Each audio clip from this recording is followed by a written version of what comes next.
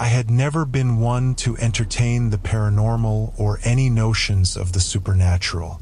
Ghost stories were just that, stories.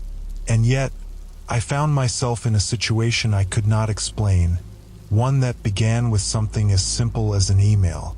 It was a Thursday night, and I had just gotten home from work. Exhausted from the day, I plopped down in front of my computer, intending to check some emails, browse the web for a bit, and then hit the sack. Routine, comforting in its mundanity. I clicked open my inbox and found the usual spam, work updates, and newsletters I had forgotten to unsubscribe from. But then I noticed an email from an address I didn't recognize. Emily Parker was the name. I didn't know any Emily Parkers. The subject line read, "Please read this. It's important." I hesitated, hovering the mouse over the email. Every sensible part of me told me to delete it, that it was just another phishing scam. But there was something about it that nagged at me. Against my better judgment, I clicked it. The body of the email was short and simple. *K, I know we haven't spoken before, but I need your help. This is going to sound crazy, but I'm trapped. I don't know where I am, but I can communicate through this. Please don't ignore me. I need someone to believe me before it's too late. I sat back, my brow furrowed. Weird. I wasn't sure if it was a prank or some kind of experiment. Maybe a creepy marketing ploy? The rational side of my brain kicked in, convincing me it was probably just a clever bot designed to mess with people. But even as I thought that, a chill ran down my spine. Something about the phrasing seemed desperate. I closed the email, intending to forget about it, but something wouldn't let me. I went to bed that night, tossing and turning, the words from the email bouncing around in my head. I'm trapped. By the time I drifted off to sleep, I had convinced myself it was nothing. Just some random internet oddity. The next day at work, things were normal. The email was mostly forgotten until I sat back down at my computer that evening. I opened my inbox and there it was again. Another email from Emily Parker. This time the subject line was more urgent. Please don't ignore this. I don't have much time. My heart skipped a beat. I clicked it open without hesitation. I know you're probably confused, maybe even scared. I would be too, but I swear I'm real. I don't know how I ended up here. It's dark, and I can't see anything. It's like I'm nowhere. There's no sound, no light, just emptiness. But somehow I can still send these messages. It's the only thing keeping me sane. Please, I don't know how long I have before something happens. Please reply. My hands hovered over the keyboard. This was getting bizarre. How could someone be trapped somewhere with no light or sound but still send emails? It made no sense. But what if it was some kind of cry for help? Maybe someone was playing a cruel joke on her, or maybe she was stuck in some kind of elaborate scam. I typed out a quick reply. Who are you? How did you find me? I clicked send and immediately felt ridiculous. I was engaging with it now, but what could possibly happen? Worst case, it was a scam and I would block the address. Best case, I'd get to the bottom of this and have a strange story to tell at parties. Less than a minute later, my phone pinged. Another email. Thank you for replying. I wasn't sure if you would. My name is Emily, and I don't know how I got here. All I know is that one day I woke up and everything was gone. My apartment, my friends, my life, gone. It's just this void now, and I'm scared. I think something bad is going to happen soon. You're the only one I've been able to reach. Please, I need your help. I stared at the screen, my stomach nodding. This was feeling less like a joke by the second. It was too specific, too detailed. I considered what to do next. Was there anyone I could contact about this? The police? No, they'd laugh me off the phone. They'd tell me it was some hacker's trick. But my curiosity outweighed my hesitation. I wanted to know more. Asterisk, what do you mean, everything's gone? Can you explain where you are? Asterisk. I sent the reply and waited. My inbox refreshed almost immediately. Asterisk, I wish I could explain it. I don't know how to describe it, but it's like I'm nowhere. There's no ground beneath me, no walls around me. I can't feel anything, but I know I'm here. The only thing I have is this connection. It's like I'm not really sending emails, but just reaching out. I don't know how else to explain it. I'm so scared. You have no idea how long I've been alone here. Asterisk. I shivered.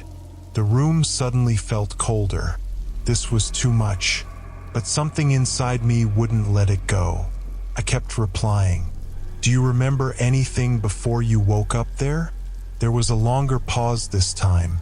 I sat, staring at the screen, waiting for the reply. Asterisk, yes. I was at home in my apartment. I was watching TV and then there was this noise, a high-pitched ringing in my ears. It got louder and louder until it felt like my head was going to explode. I blacked out, and when I woke up, I was here. I've been trying to find a way out ever since. Asterisk. That was it.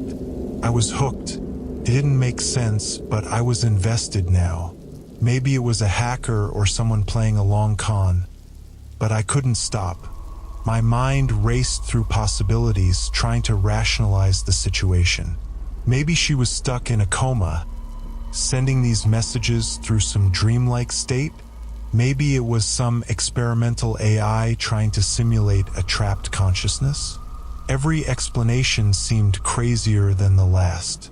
I didn't reply immediately. Instead, I did some research. I Googled Emily Parker. There were a few results, but none that seemed related. No missing persons reports, no news stories. It was like she didn't exist. Yet here she was, sending me emails. Another ping. I had a bad feeling as I opened it. Asterisk, it's getting worse. I can feel something here now. I didn't notice it at first, but there's something else in the void with me. I don't know what it is, but it's watching. I can feel its eyes on me. I'm scared. Please, you have to help me. I don't know what to do. Asterisk. I could feel the hairs on the back of my neck standing up. This had escalated too quickly. I stared at the screen, unsure of what to do next. Every part of me screamed to stop, to delete the emails and forget about it, but something about it felt too real to ignore. Another ping. Asterisk, please respond. I think it's getting closer. Asterisk. I stared at the screen, the blinking cursor mocking my indecision. I couldn't shake the growing sense of dread. This had gone beyond curiosity. It felt personal now, as if something beyond my understanding had gripped me, pulling me deeper into Emily's world. Against every instinct screaming at me to stop, I typed, Asterisk, what do you mean something's watching you? Can you see it? Asterisk. I hit send, my heart racing. A million thoughts crowded my head. Was this some kind of elaborate hoax? Was someone messing with me, feeding off my anxiety? But the details, the intensity, it felt too real. My phone pinged almost immediately with her reply. Asterisk, I can't see it, not really. It's just there. I feel it in the way you can feel someone standing behind you, even if you can't hear or see them. I try not to think about it, but every time I close my eyes, it's closer. Like it's moving through the darkness, and I'm the only thing it's after. It doesn't make a sound, but I know it's there. Asterisk. I felt a lump form in my throat. This was starting to mess with my head. I could feel the weight of her words pressing down on me, seeping into the edges of my reality. My rational mind kept trying to push back, telling me that this was just some clever trick. And yet, my gut told me otherwise. I started typing again, my fingers trembling slightly on the keys. Asterisk, what do you want me to do? How can I help? Asterisk. The response was immediate. Asterisk, I don't know. I've been thinking about it for so long, trying to figure out why I can only reach you. I've sent messages to other people, but they don't respond. Or maybe they can't see them, I don't know. I'm scared, but I think you're the only one who can save me. I don't know how, but I think you have to believe me. I think that's what matters. Asterisk. I rubbed my face, feeling the weight of her desperation. It made no sense. How was I supposed to help someone who claimed to be trapped in a place that didn't exist? The logical part of my brain was at war with the growing feeling in my gut, the one telling me that this was real, that I was somehow involved in something much bigger than I understood.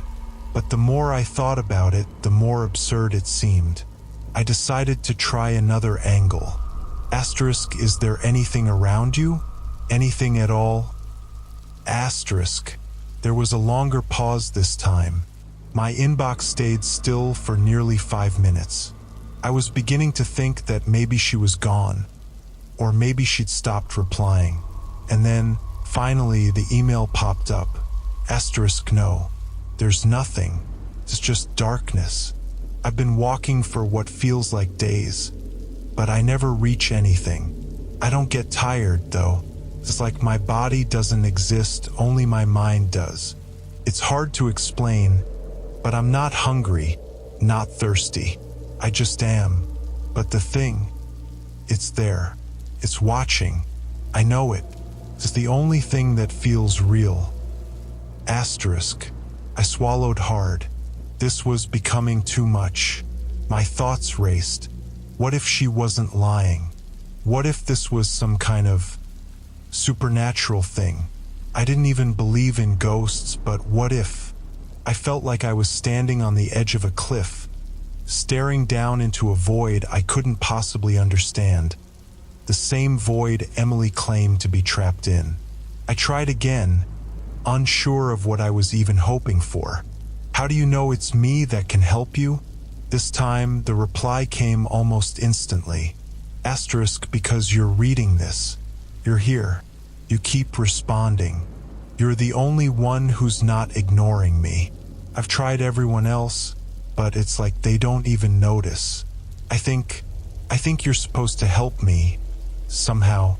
Please don't give up on me. Asterisk. I sat back in my chair, staring at the screen. This felt too heavy, too real. My mind was racing, trying to put the pieces together, trying to figure out what was going on.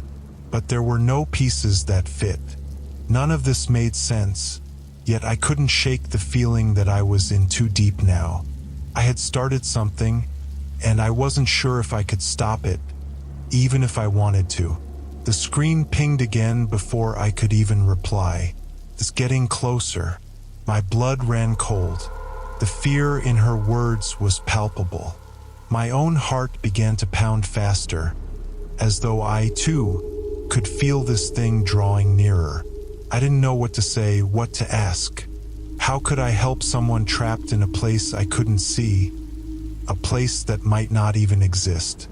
Asterisk, is there anything you remember from before you ended up there? Anything that could explain how you got trapped? Asterisk, I typed, grasping at anything that might offer a clue. Another ping. Asterisk, I don't know. It all happened so fast. The noise, the ringing, I felt like I was going to pass out. And then everything was gone. But now that you mention it, there was something weird just before. I remember hearing a knock on my door that night, but when I opened it, no one was there. Just an empty hallway. I thought maybe it was a prank, but then the ringing started right after. Do you think that could mean something? Asterisk. I felt my breath catch. It was a detail, small but significant. A knock on the door. Could this have been the start of whatever trapped her? It was too specific to be random, too coincidental to ignore. Asterisk. Did anything else happen after the knock? Did you see anything? Hear anything else? Asterisk. Another ping. Asterisk. Nothing. Just the ringing. It was like it was inside my head, getting louder and louder until I thought I was going to lose my mind. Then everything went black. And now I'm here. Asterisk. My fingers hovered over the keyboard. What was I supposed to do with this information? If this was real, if this was some kind of paranormal event, how could I possibly help her? I wasn't a ghost hunter or some psychic investigator. I was just me, a regular guy sitting in his apartment, completely out of his depth. And then another email came through. Asterisk. Please, it's getting so close. I can feel it now. It's like it's breathing down my neck. I think it knows I'm talking to you. I think it knows you're trying to help me. Please don't stop. You can't stop. Asterisk. Panic gripped me. I had no idea what I was supposed to do. The fear in her words was tangible, pressing down on me like a weight. My mind was racing, my heart pounding in my chest. I couldn't shake the feeling that something terrible was about to happen. Asterisk. What should I do? How can I stop it? Asterisk. I sent the message, my hands trembling. The reply came almost instantly. Asterisk. I don't know. I don't know how to stop it. I just know that you have to believe me. You have to keep talking to me.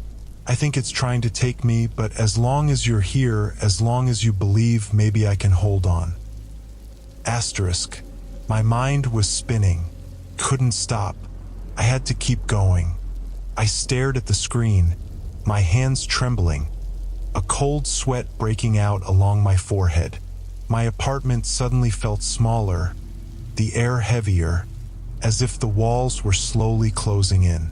I didn't want to believe it, but I felt like I was part of something now, something I couldn't just walk away from.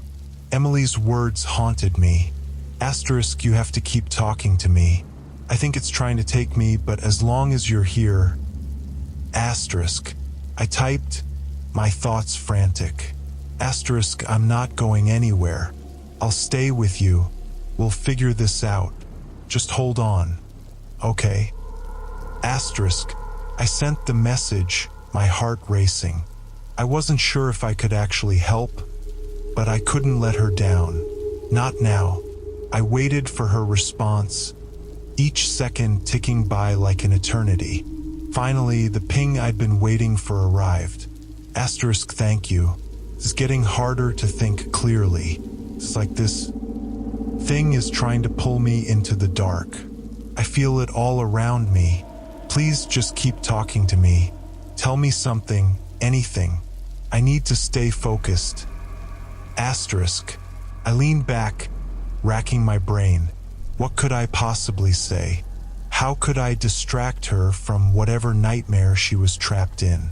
My fingers hovered over the keys, and I decided to go with something simple. Asterisk. Okay, let's try something. I'm going to ask you questions. Maybe we can piece together what happened. Do you remember what you were doing the day before all this started? Asterisk. There was a longer pause than usual, and for a moment I thought she might not reply at all. Then another email appeared. Asterisk. I was at work. Nothing unusual, just a normal day. I came home, had dinner, watched TV. That's when the knock happened. I can't shake the feeling that it was connected to all of this. I keep thinking about it. It didn't seem like anything at the time, but now. Asterisk. I felt my pulse quicken. The knock. It had to mean something. I pushed further. Asterisk. Do you live in an apartment building? Maybe someone else heard the knock or saw something. Asterisk. Another ping. Yeah, it's an apartment. I have neighbors on either side of me, but I never talked to them much. They kept to themselves, and I didn't really mind. Now I wonder if they heard the knock too, but it happened so fast. I was grasping at straws, but maybe there was something in her building, some clue to explain what was happening. I couldn't help but wonder if her neighbors had experienced anything similar, but how could I find out? It's not like I could ask them.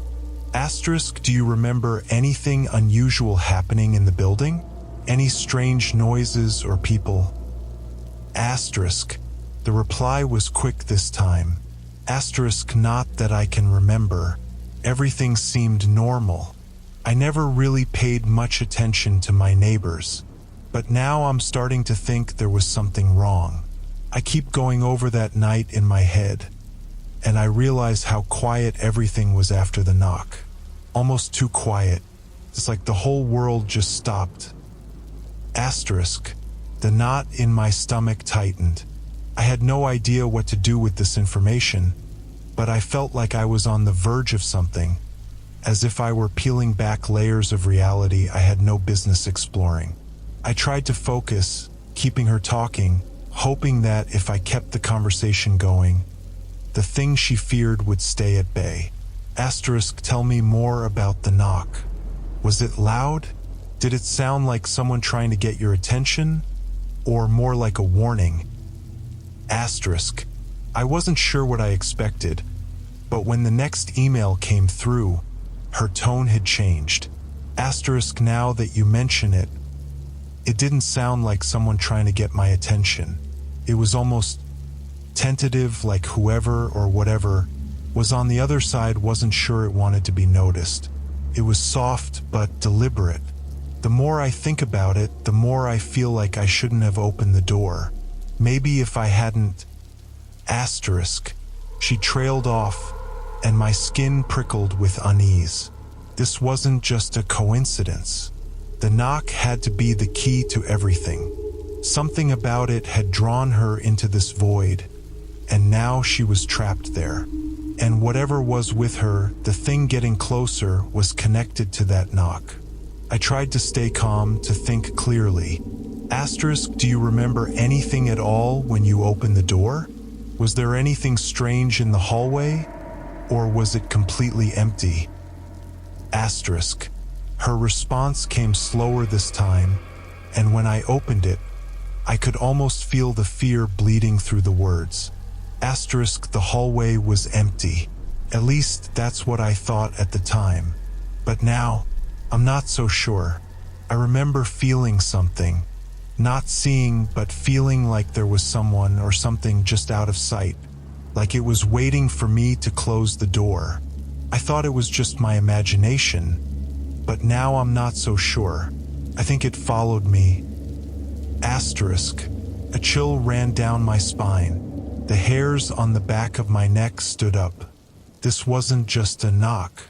Something had come into her life that night. Something that wasn't bound by the normal rules of reality. And now it had her. I had to do something, but I was grasping at straws. My mind raced, trying to come up with something. Anything that might help. What if it's still tied to your apartment? What if the place where you lived has something to do with what's happening to you? I hit send, praying for a clue, for something that could lead us out of this. The reply came quickly, her fear evident in every word. I've thought about that. I've thought about it a lot. Maybe it wasn't just the knock. Maybe it was the place itself. I always felt a little uneasy there, like the apartment didn't belong to me, even though I'd lived there for years. Sometimes, late at night, I'd hear strange sounds, creaks, whispers, but I always chalked it up to old pipes or my imagination. Now, I'm not so sure. Maybe the apartment was waiting for me, waiting for the right moment to... She stopped again, the rest of her message unfinished. I felt the pressure building in my chest, as if I was racing against time. but I didn't even know what the finish line looked like. My mind was spinning. I couldn't shake the feeling that we were both being pulled into something far darker than either of us could handle. Another ping. Asterisk, it's too late. Is here. Asterisk. My heart stopped. I froze in my chair, unable to breathe. I had no idea what that meant, but the sense of dread that had been growing in the pit of my stomach exploded into full-blown panic. Asterisk, what's there? What's happening? Asterisk. I hit send, my fingers trembling. The seconds ticked by, each one stretching into an eternity. I waited, staring at the screen, praying for a response. But the minutes dragged on, and nothing came. The silence was suffocating. I refreshed my inbox. Nothing. I sent another message. Emily, are you there? Still nothing. My inbox stayed empty. For the first time since this had started, I felt completely helpless. I didn't know what had happened, didn't know if I had made things worse by interacting with her, but the silence in my inbox was deafening. Another ping. I nearly jumped out of my chair, my heart pounding in my chest. I clicked on the email, my hands shaking. But this time, the message wasn't from Emily. You should have stopped when you had the chance. I stared at the screen, my blood running cold. My breath hitched in my throat, and I could feel the weight of something terrible looming over me, something that had been lurking just out of sight the entire time. Another ping. I didn't want to open it, but I couldn't help myself. The subject line simply read, Emily Parker. I clicked. The email was empty, but attached to it was a single image, a photo of my apartment door. I stared at the photo. My apartment door, undeniably mine, down to the faded number on the brass plate, stood framed in the dim hallway lighting. My breath came in short, panicked bursts. My brain tried to rationalize it, but no explanation could undo the gnawing horror creeping up my spine. Someone had taken this picture. Someone, or something, was outside my door. I spun around, eyes darting to my front door, half expecting to see the knob turning, the door swinging open to reveal something unimaginable. But it was silent. The door stood still, closed, ordinary. But I knew something was out there. I didn't move. I didn't dare. My mind raced, trying to find a way out. Call the police? And say what? Someone's sending me photos of my door? They'd think I was crazy. But I knew I wasn't. Not anymore. The moment I opened the first email, I had invited something into my life. Something I couldn't explain or fight. Ping. I nearly jumped out of my skin. Another email. I didn't want to open it. I knew what would happen, but I couldn't stop myself. With shaking hands, I clicked. The subject line was empty. The body of the email was just 3 words. Let me in. I swallowed hard, my throat dry, my heart hammering in my chest. My eyes flicked to the door again. It was still closed, but I felt it. Felt the presence behind it, waiting. I could feel its eyes on me, just like Emily had described. I thought of her, trapped in the void, alone, with whatever had come for her. And now it was here for me. I opened my laptop, my hands trembling uncontrollably. I tried to reply, to send a message back. What do you want? I hit send. The seconds ticked by. My inbox remained still. The silence in the room was deafening, the tension unbearable. Then, another ping. I hesitated, hovering the mouse over the new message. My entire body was tense, a cold sweat dripping down my neck. Finally, I clicked. You. I jumped out of my chair, my pulse racing as if my heart might burst out of my chest. I backed away from the computer, my eyes fixed on the door. It wasn't just a message. Whatever had taken Emily was real, and now it was coming for me. I grabbed my phone, hands shaking, and dialed 911.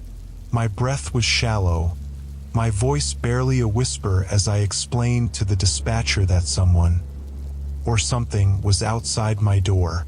She assured me that officers were on the way, but I could tell by her tone she didn't believe me. How could she?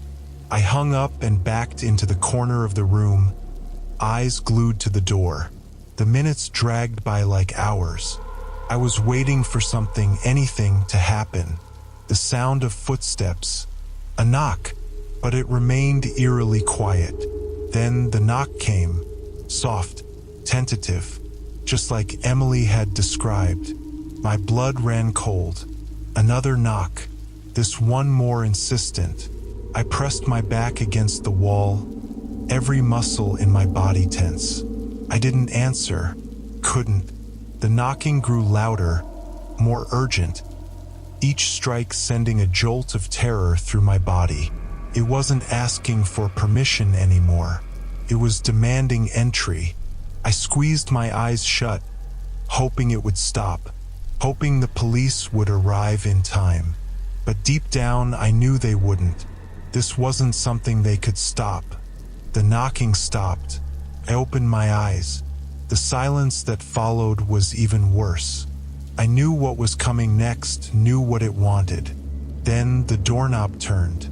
Slowly, it clicked, and the door creaked open, just a sliver, letting in a slice of darkness from the hallway beyond. I held my breath, frozen in place, unable to move. The door opened wider, the darkness spilling into my apartment like it was alive, swallowing the light. My phone buzzed in my hand. Another email. I glanced down at the screen, unable to stop myself.